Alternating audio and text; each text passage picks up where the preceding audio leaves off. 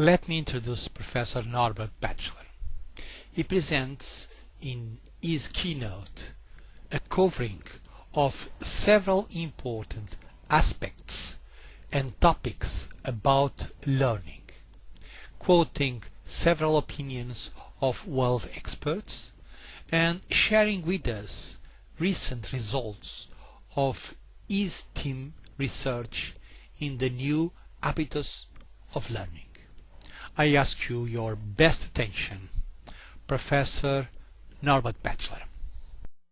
Okay, it's my task today to try and say a few words about the impact of ICT on teaching and learning, in other words, the didactic affordances, if you like, of technology. And I thought what I'd like to do is give a very, very brief overview of some of the work that I've come across in recent years from colleagues in the UK and in Europe before sharing with you some of the outcomes of the work that I've done myself together with colleagues here in London. My name is Norbert Pachler and I'm Professor of Education at the Institute of Education, University of London. The first issue I would like to raise with you is the question of how to conceptualize learning. In order to be able to use ICT effectively, my argument will be to say we need to actually understand what we mean by learning in order to be able to do so. And I find the work of Paul Kirchner quite helpful in that respect. In his inaugural professorial lecture, I think when he joined the Open University of the Netherlands, he set out a number of very important points which I'd just like to share with you. And basically what he does in his lecture is he offers us a perspective on learning as interaction. First he says interaction with others such as peers and experts in pairs, teams or communities through different form of external dialogue. So other people and external dialogue being very important. But also, he goes on, interaction with oneself on the individual cognitive and metacognitive level via internal dialogue. So we've got the social and we've got the cognitive represented. And then he says we also should be looking for the confrontation between internal and external dialogue, including the social relationships that arise as a result of this, and the interaction between individuals and others with the learning, training and social environment in which learning and instruction is taking place, including, he says, the environment's physical, temporal and emotional attributes. So not only does he remind us that learning is something that results from the interplay between the social and between the cognitive, but he also reminds us of the importance of what he calls confrontation between internal and external in order to bring about results. And thirdly, he raises the importance of affordances. And that's an issue that I think is quite important as well. If we look at the next slide that I've prepared for you, which is drawing on some work of Charles Crook and colleagues published in 2010 on the basis of some work that he's been doing together with colleagues at the University of Nottingham. We find some interesting perspectives also on ICT and learning, this time more from a empirical perspective.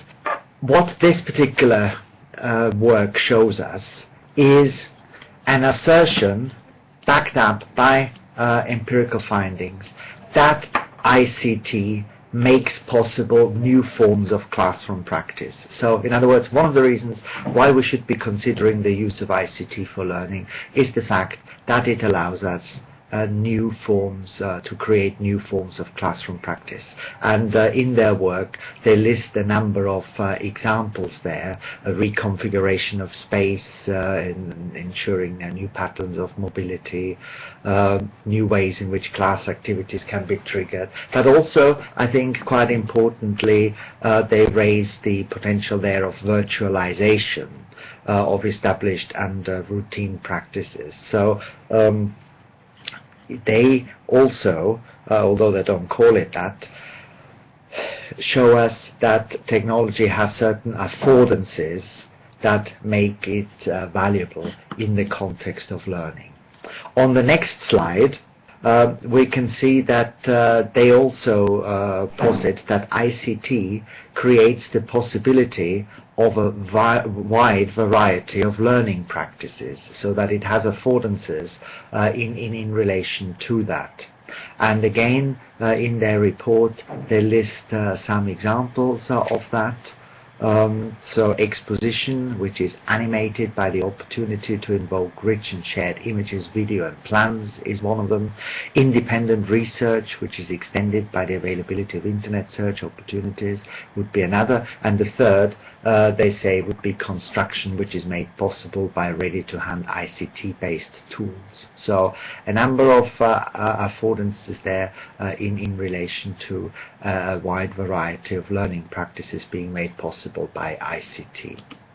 If we then have a look at what else they have to say in their report, we'll see that they do something that not a lot of research is really able to tackle very effectively, and that is to say something about what's the actual impact of ICT on learning. And here again, they enumerate a number of very interesting issues.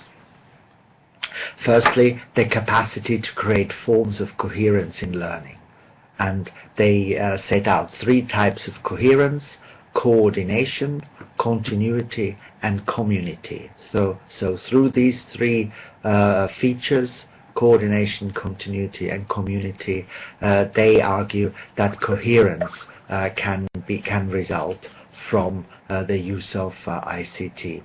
But then if we go on to the next slide, in addition to coherence, they also talk about the potential in relation to differentiation, which is a very, very important aspect of teaching. In other words, to enable the learner access to learning material and to learning tasks in accordance with their particular needs and requirements, as well as inspiration. And finally, if we look at the next slide, we can see that engagement is a further issue that they are particularly keen to stress as one possible area where we can demonstrate impact by using ICT.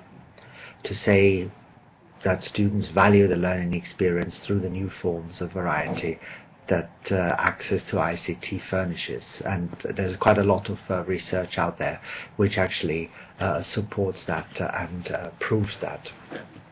So a number of very positive ways in which we can look at the contribution of ICT. However, in another piece of research that was also done by Charles Crook and published earlier this year,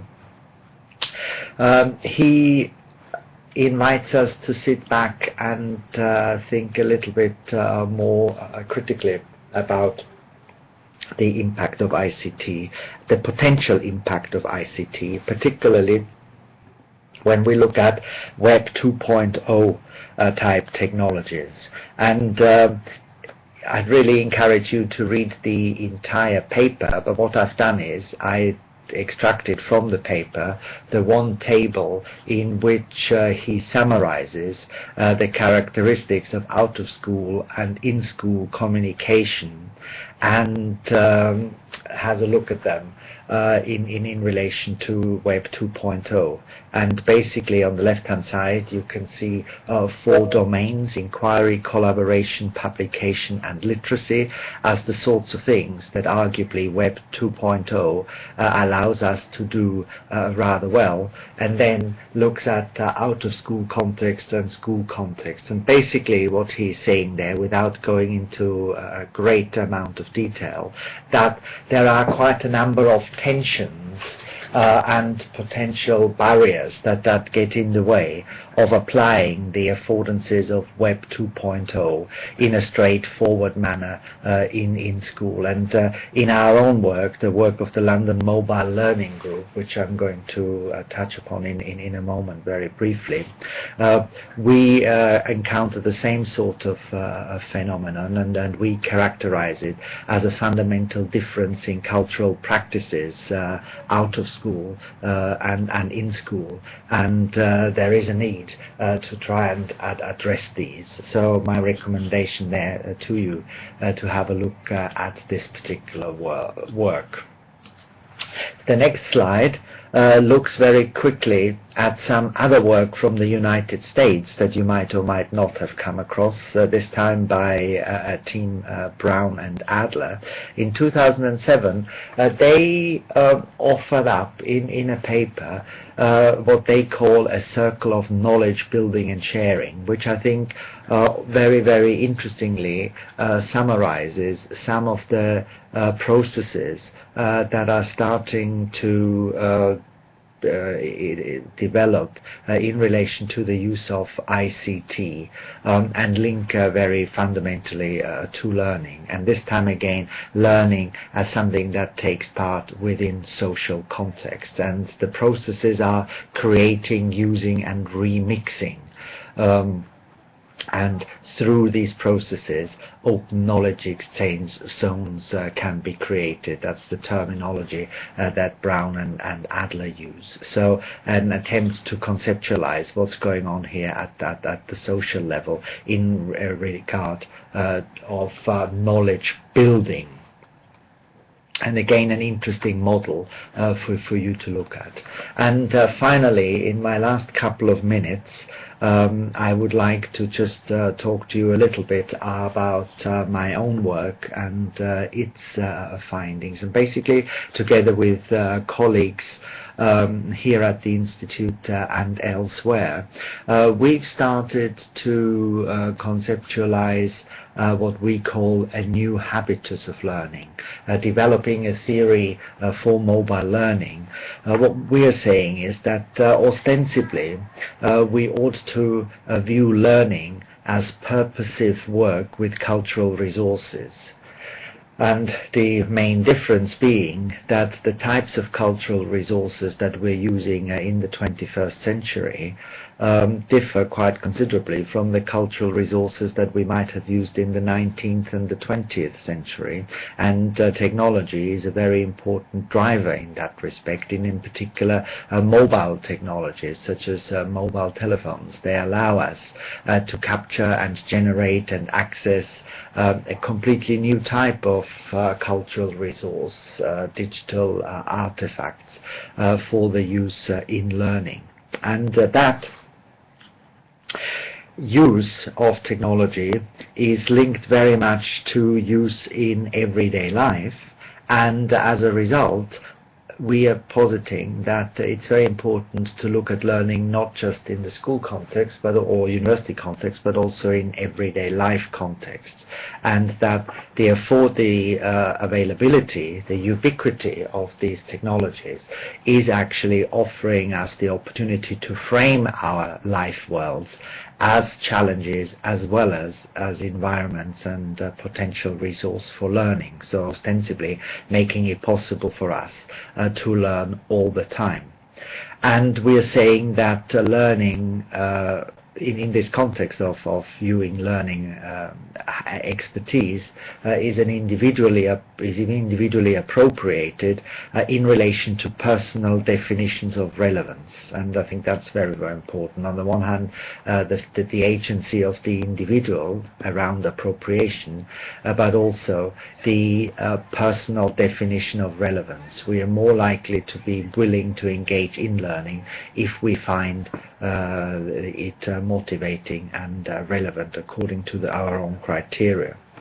And in our work, what we have found is that three elements are particularly important: target orientation, self-representation, and play. So what we're saying is, in order to use technologies effectively, and in particular mobile technologies, we need to take heed of these 3 points and look at ways in which we can incorporate them into our approaches of teaching and learning. And why is that the case? To look at the last slide, that's the case because learners are making technology their own for and through very particular purposes. They do so because they're interested in processes of identity formation through the use of technology. They're interested in social interaction. They're interested in making meaning in and of the world in which they live. They're interested in using technology for entertainment, and they're interested in learning it in informal contexts. So overall then, I think if we are wanting to consider the impact and the possibilities and the affordances of technology for learning, we need to be very, very clear that we understand how important these technologies have become in the everyday life worlds of learners, how they use them there, what technologies they use, and from there try and find ways in which we can incorporate them in our formal approaches to teaching and learning at school or university. Thank you very much. And a special thanks to all participants in this research, and for Professor Eugenia Smirnova-Tribuska. I'll pass to make the subtitles in Russian.